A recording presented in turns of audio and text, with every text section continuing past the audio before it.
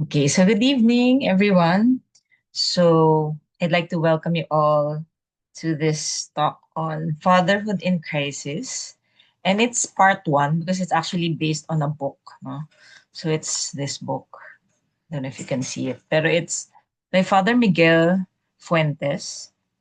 And he basically talks about the effect of the absentee father, or maybe a father who is there but not really there.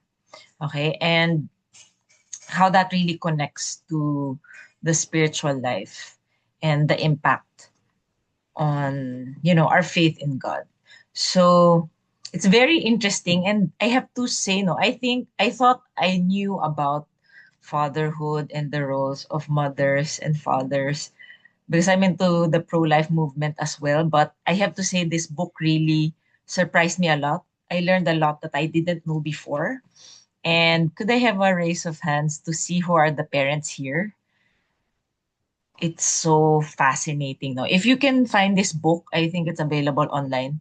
I hope you can really buy it, no, and read it more. Okay, because this is more of like, of course, I didn't put everything in. There's this. It's part one now, and we're gonna have a part two. So basically, we will um really look into the impact, as I said, of fatherhood and the state now, like what's happening to fathers today and the challenges that they face, basically, and what the children are facing because of the crisis in fatherhood. Okay. Before that, I want to start with a quote from Pope John Paul II. He said, "In revealing and reliving on earth the very fatherhood of God, a man is called upon to ensure the harmony and united development of all the members of the family."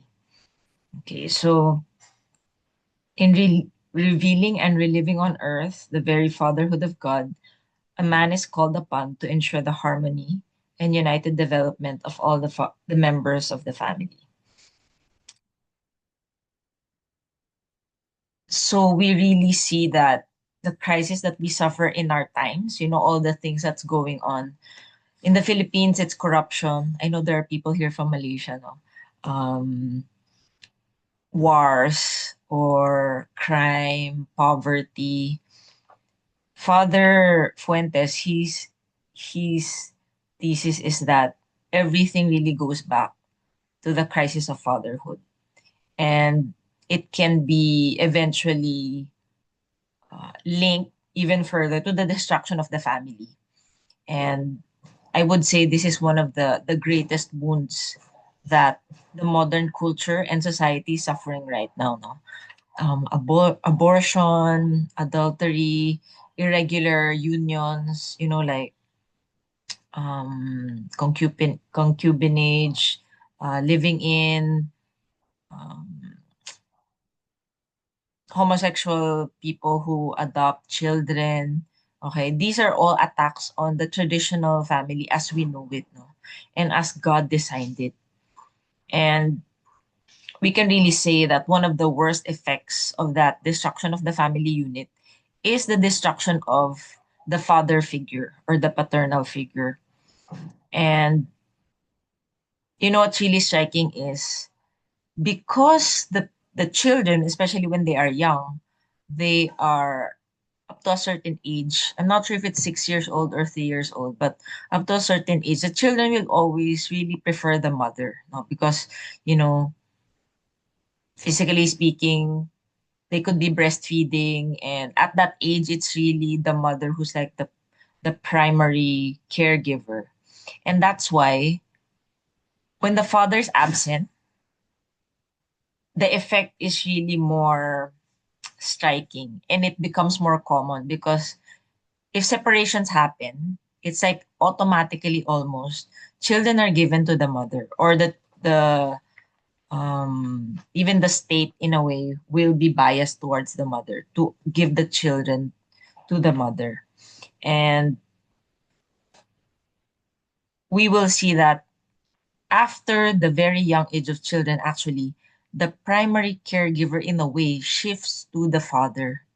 And it's so interesting that um, the absence of the father could be caused by different things, no? It could be death, it could be separation. Maybe the father works in a different country or in a different city and could be away for long periods of time. He could be in jail. He could be a soldier sent to war, or it could be more complicated, like abandonment. Like one day the father just packs up and leaves, and the children and the wife, they never hear from him again. There are so many stories of that. But Father Fuentes, I'm really surprised. He really did a lot of research. He cited so many studies. We won't cite them all, no, but he showed that of all the different reasons, if the father is absent because he died, the effects on the children is are less harmful. It's like it's more benign. In a way, maybe psychologically the children understand that, their father didn't choose to leave them. But it's different when, the story is, he left with another woman, or, you know, he's they really separated, and their mother becomes a single mother, so the effects um are more are worse. Okay, so these are he stated statistics that are more, I would say, for the West. I'm sure Asia will have a different condition, no? Pero I think even in the Philippines, you can see a lot of young people living in single parent homes. Of course, we will not judge them. We're not saying they're bad people. It's just that more and more, it's more acceptable to do that. And in a way, even the state is encouraging it. It seems good, no? But recently, I've heard like certain local government units will give benefits to single mothers. And of course, that's a help to them who are struggling, financially and psychologically. But in a way, the state is positioning it so that it's a perfectly, acceptable situation, and something in a way that if you decide to become a single parent, it's like, okay, the state is in a way supporting me and is almost like a stand-in for the biological father. So anyway, so I'm just quoting here a few stats, and but of course Asia will be different. So in North America, 2 out of 5 young people under 18 will not grow up with a biological father. Okay, 2 out of 5. That's a very, that's a big figure.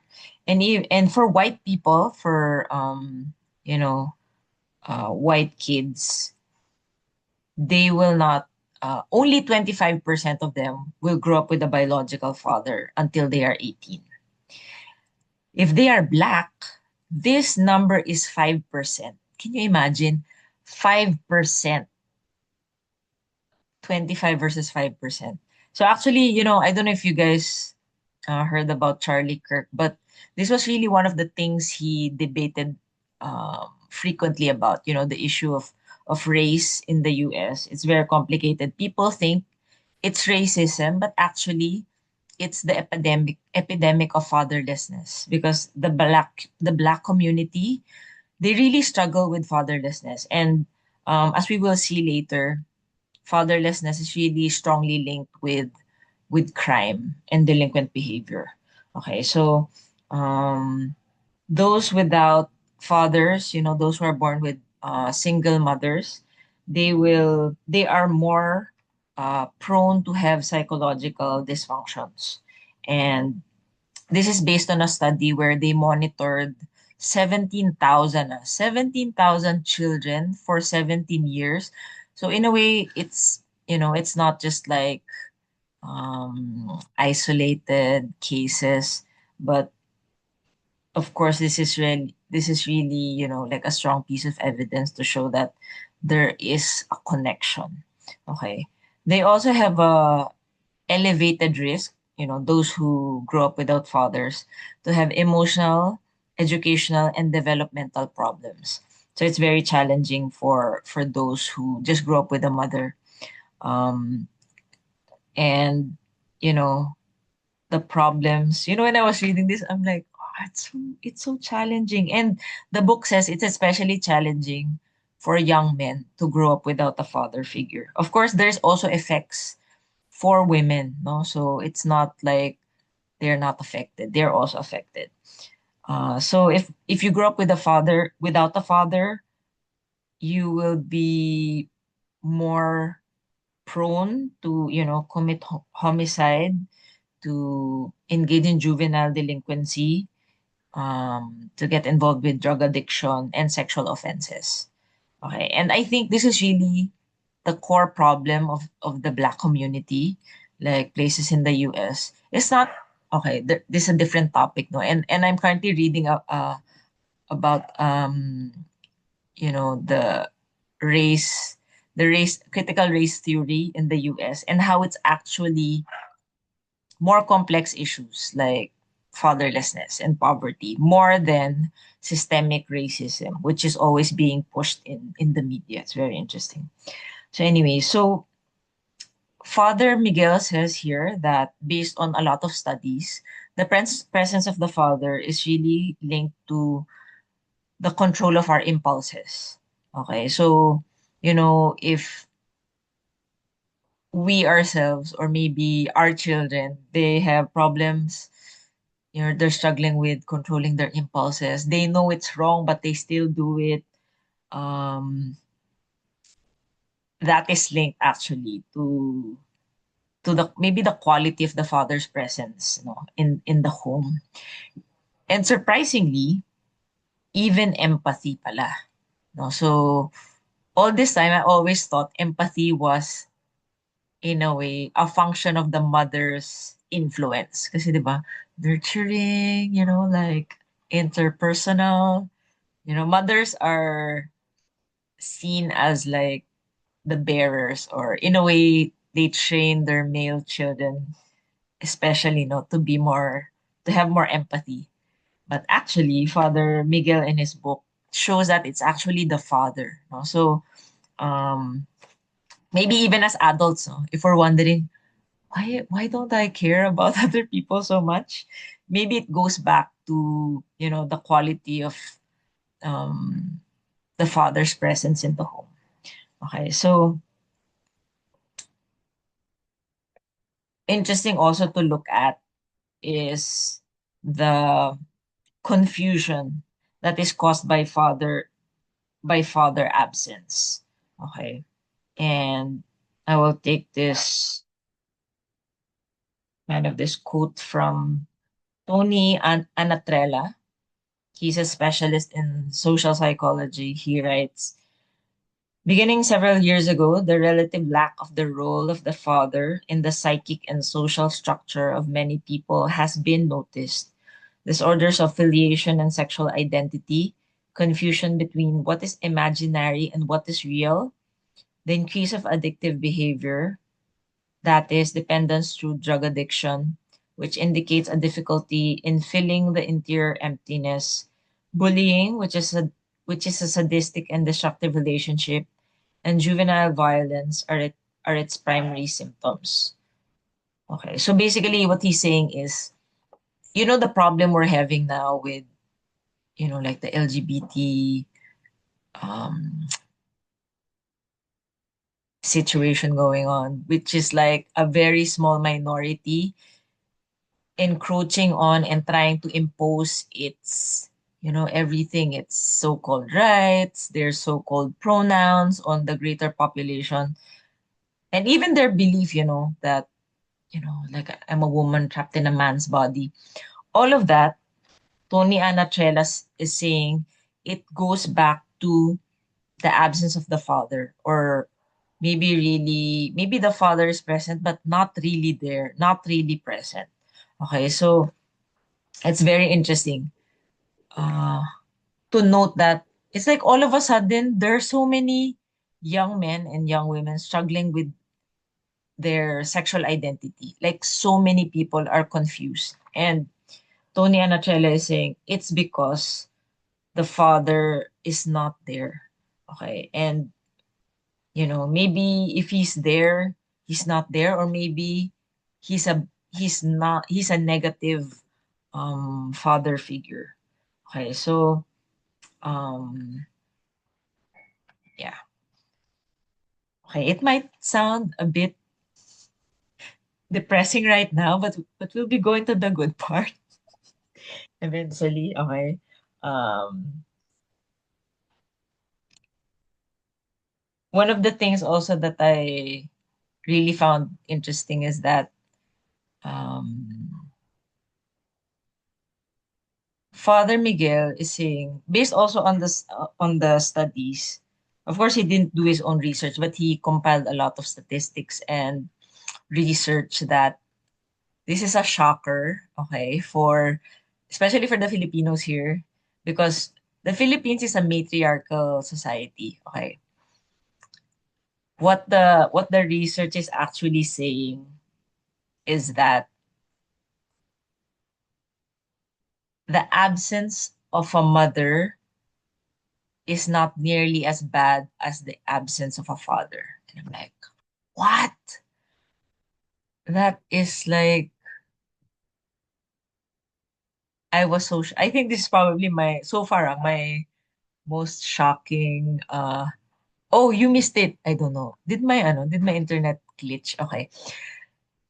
The absence of a mother is not nearly as bad as the absence of a father. Okay. Essentially, what the research is saying, it's actually better, or not really better, of course. Of course, the ideal is always two parents. But what the research is saying is that if you don't have a mother, it's not nearly as bad as if you don't have a father. And I'm like, what? This is crazy. And you know what? Okay, my personal insight into that is because God the Father is a father. And there's a reason why he's not God the Mother, okay, or God the um, ungendered entity. Okay, of course, God is not a biological being, like he is biologically male. Okay, we're not going to into the theology of that, but it just means that he um, presents himself. Doesn't just present, but he is a father. Okay, and there's a reason why he is not the mother God. Okay, and a lot of feminists will actually maybe debate and really get angry about this. As someone who formerly identified as a feminist, I really find this fascinating and interesting because I always wondered about it. I was like, Our Lady, she is the perfect um lover of God. Like she is the daughter, the perfect daughter of God the Father, and then the mother of God the Son, the only mother, of course, and the chaste spouse of the Holy Spirit. But Our Lady, in a way, she had no mother in that like supernatural sense. Of course, she had Saint Anno, and I always wondered about it. And the research now actually confirms that, no, na in a way, God the Father, he doesn't need a mother, no, in a way. It's like he can be mother and father, okay? And yeah, that's just to stress the point of how important the role of the father is. Okay, of course, we're not downplaying how important and how immense, no, the impact of great motherhood is. Of course, that's not it. That's also like downplaying the role of Our Lady. But we're also trying to unpack, no, just how important fatherhood is. Now, that's something that the book actually says that, in a way, if you had to choose, of course, we don't want to go there, but of course, the father has to be a good father figure, no, not naman like the negative father figures that we also have heard so many stories about. Okay, that is so mind blowing for me to hear, no, and um when we think about it, the implication of that at the end of the day is that our relationship with our father is like the foundation of our relationship with God the Father. So it's also possibly the root of maybe a few of our spiritual problems that needs healing. No? So if we're struggling spiritually, Na um, hindi ka gid mapati mo. maybe we can't, um, you know, obey or kind of like get ourselves to understand that church's teachings were rebelling. No, maybe because we need to heal that relationship with our natural or our biological father. Okay. And it doesn't mean that, okay, maybe he has passed away. Maybe real life reconciliation is not possible. But healing can, happen, no? Even if maybe, even if the our biological father is unwilling, to have that reconciliation, or it's not possible, he died, or you know um so many other factors are involved. God the Father can heal that father wound. Okay, and that's ultimately the implication for us on a spiritual level, that the supernatural, because we're humans, no, we're not like disembodied spirits. We always need the natural to be like a springboard to the supernatural. So this is why, um,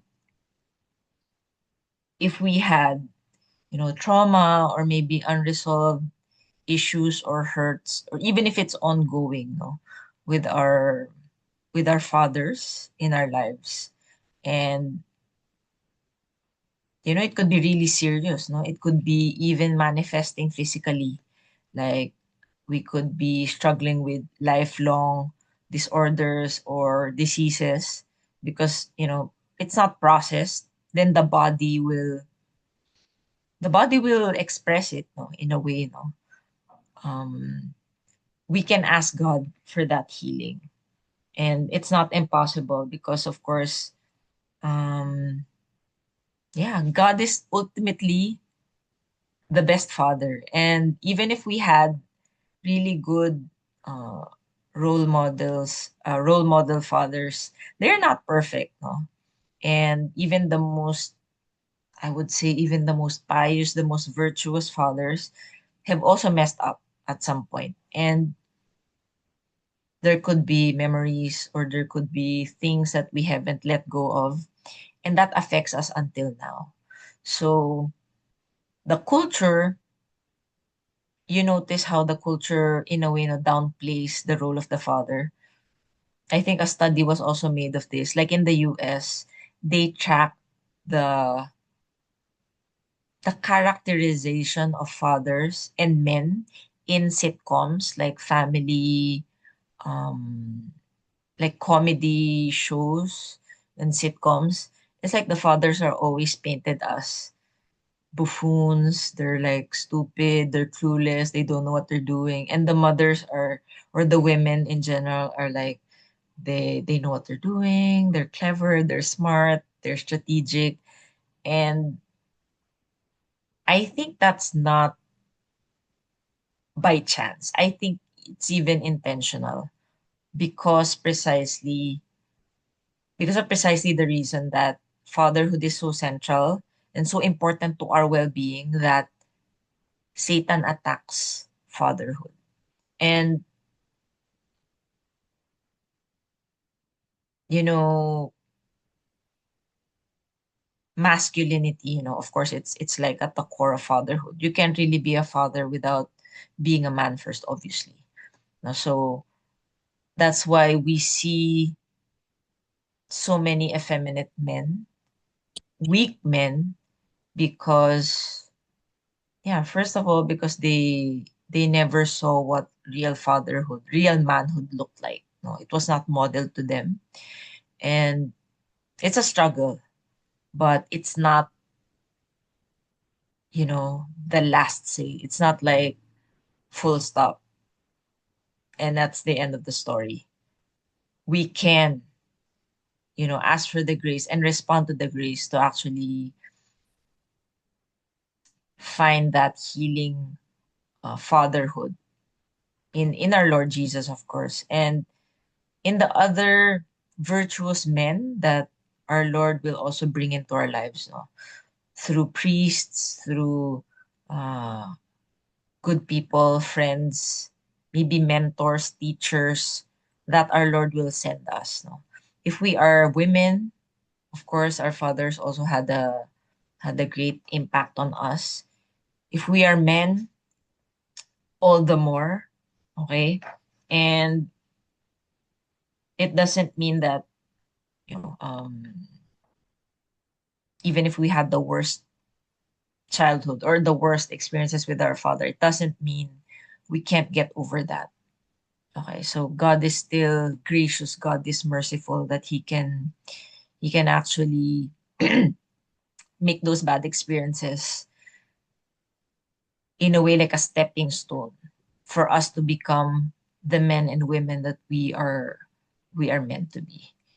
Okay.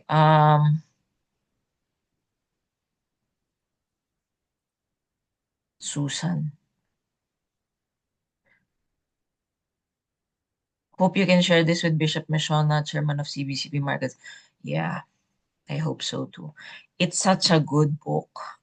Gosh, it's so amazing.